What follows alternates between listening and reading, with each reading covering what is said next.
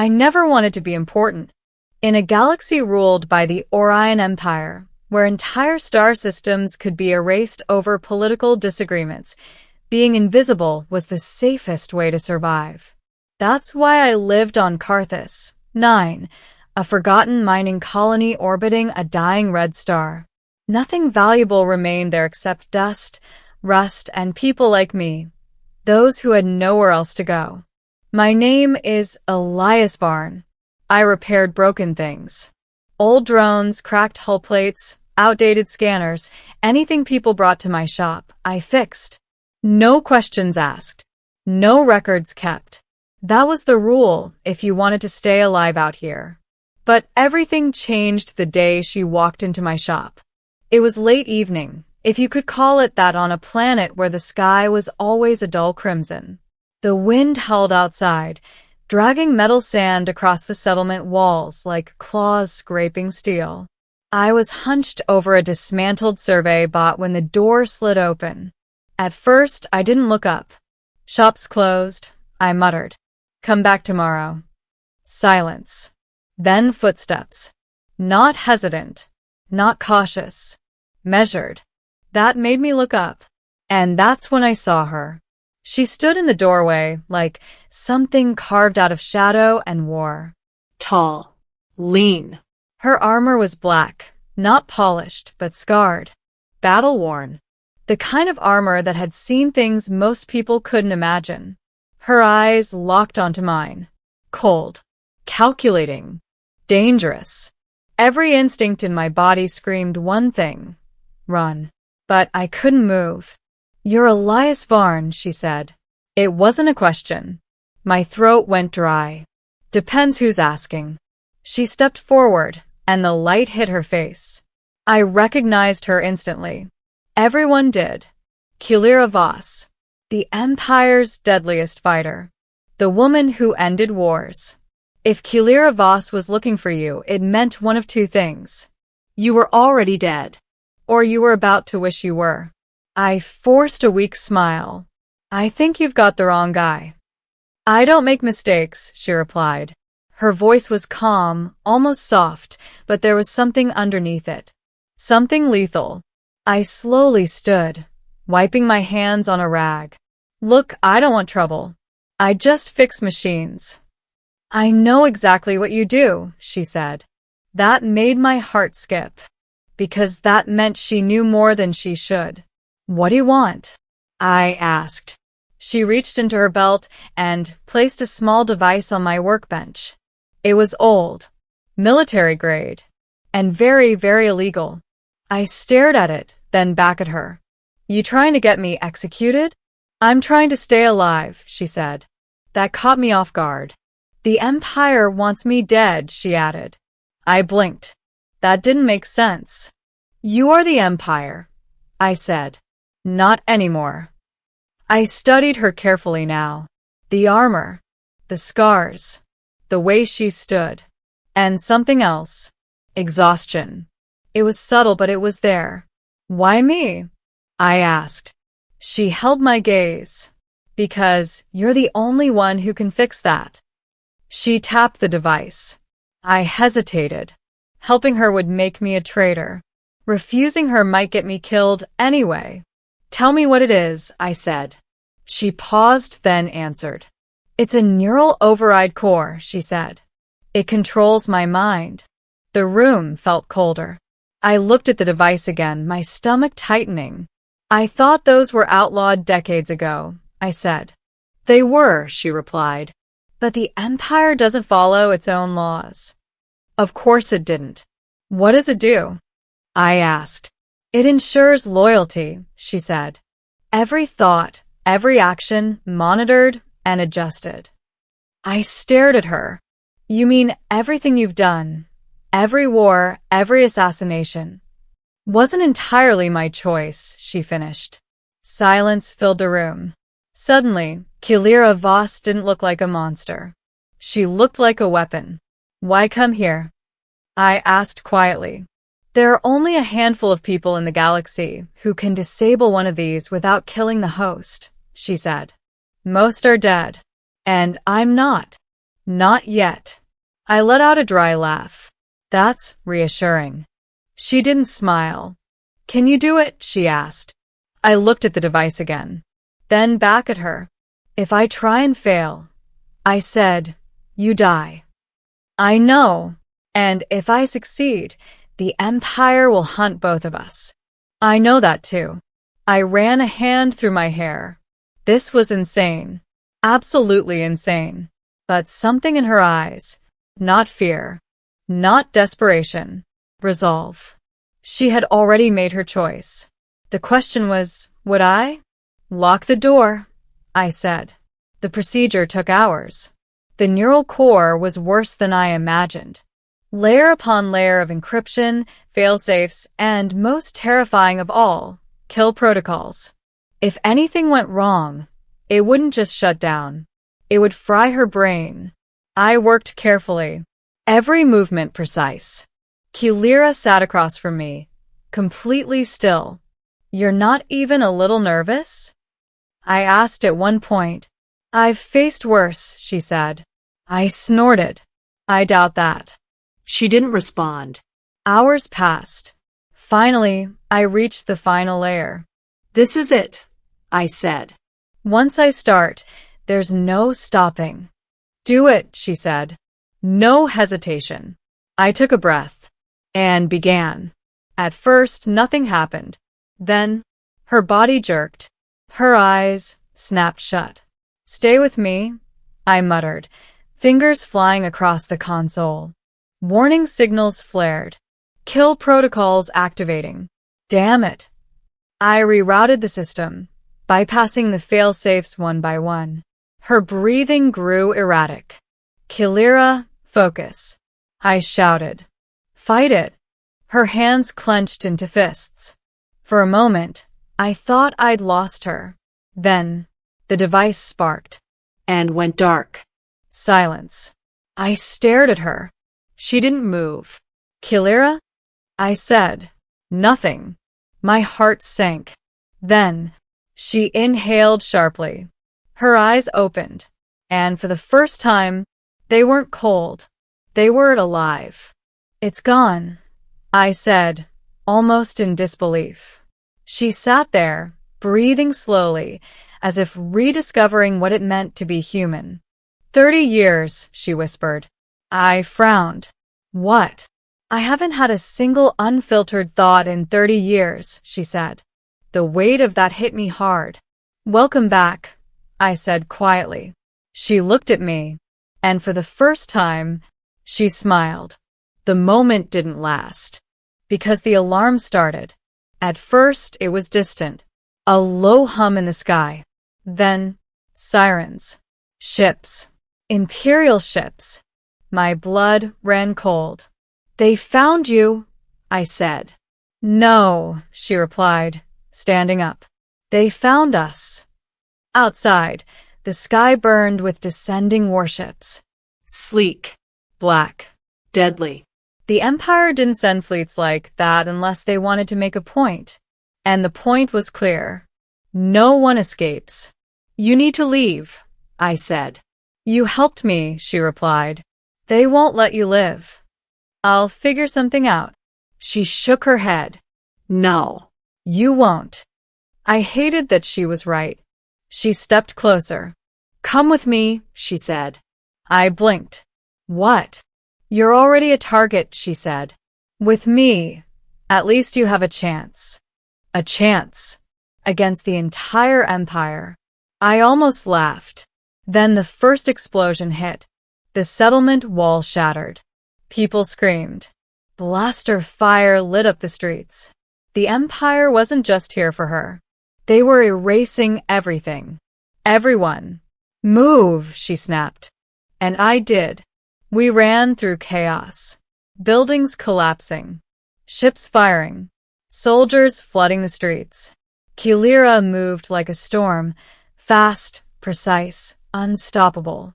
Every soldier who got in our way didn't stay in our way for long. I struggled to keep up. Where are we going? I shouted. My ship, she said. Of course you have a ship. We reached the outskirts of the settlement. hidden among the wreckage. A sleek, stealth vessel. "Get in," she ordered. I didn't argue. The moment we lifted off, the sky exploded with fire. Imperial fighters swarmed us. "They're locking on," I said. "I see them." Her hands flew across the controls. The ship twisted, dodging incoming fire. "How are you so calm?" I yelled.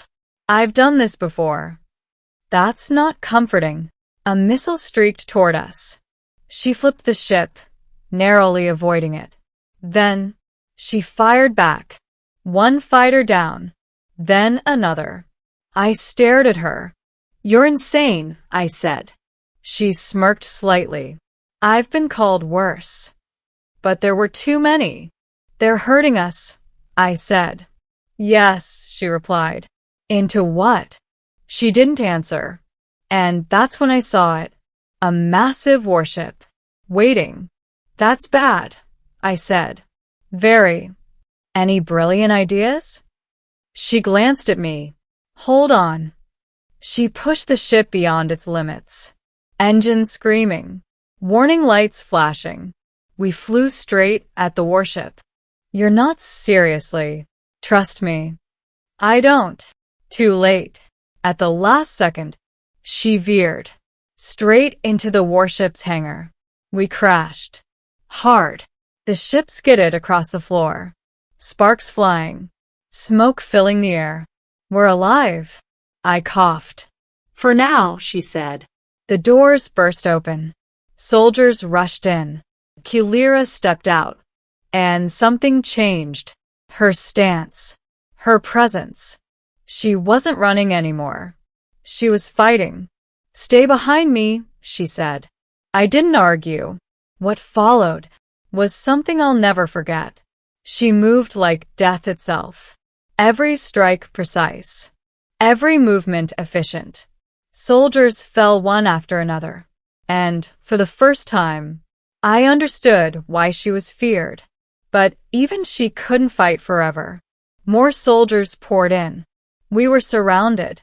"This is it," I said. She looked at me. "No," she said. And then, she dropped her weapon. The soldiers hesitated. So did I. "What are you doing?" I whispered. "Ending this," she said. A figure stepped forward. An Imperial commander. "You were always our greatest asset," he said. "It's a shame it had to end like this."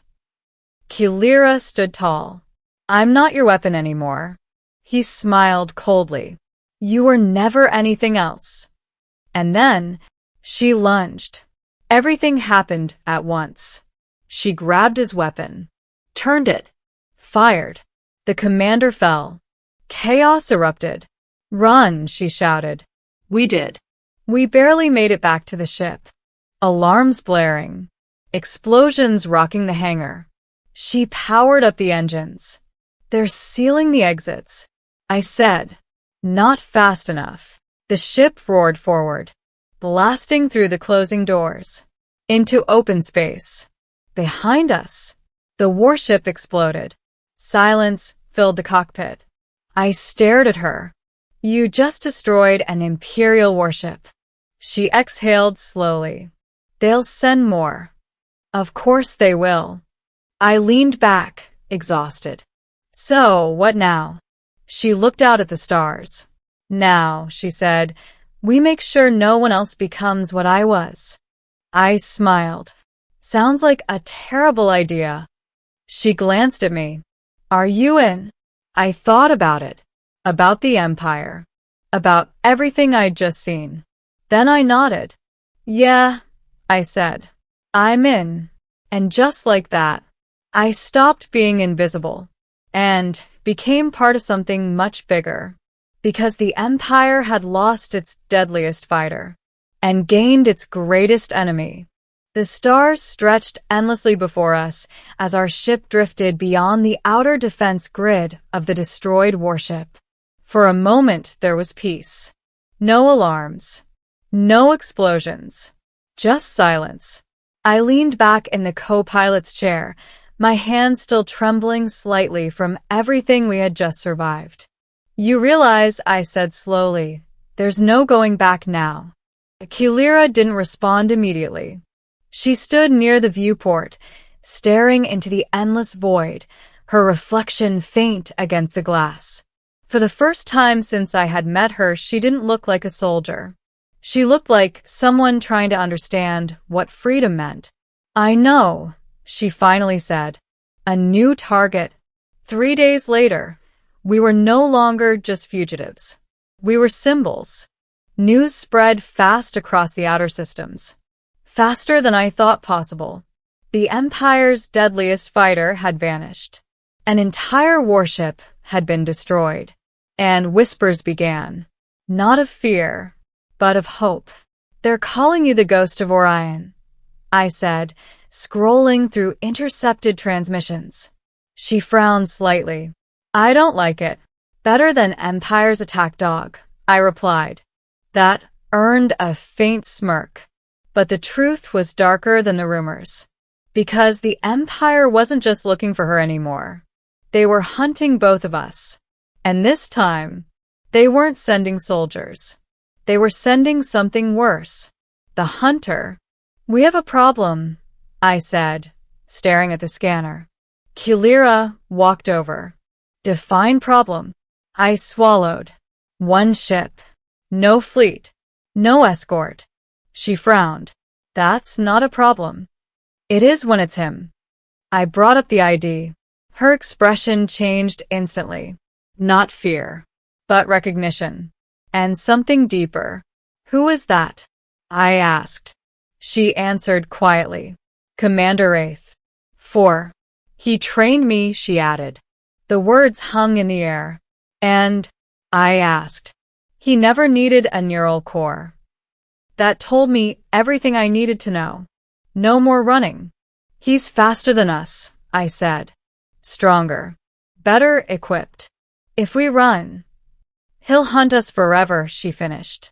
Silence filled the cockpit. Then she made a decision. We don't run. I blinked. I'm sorry, what?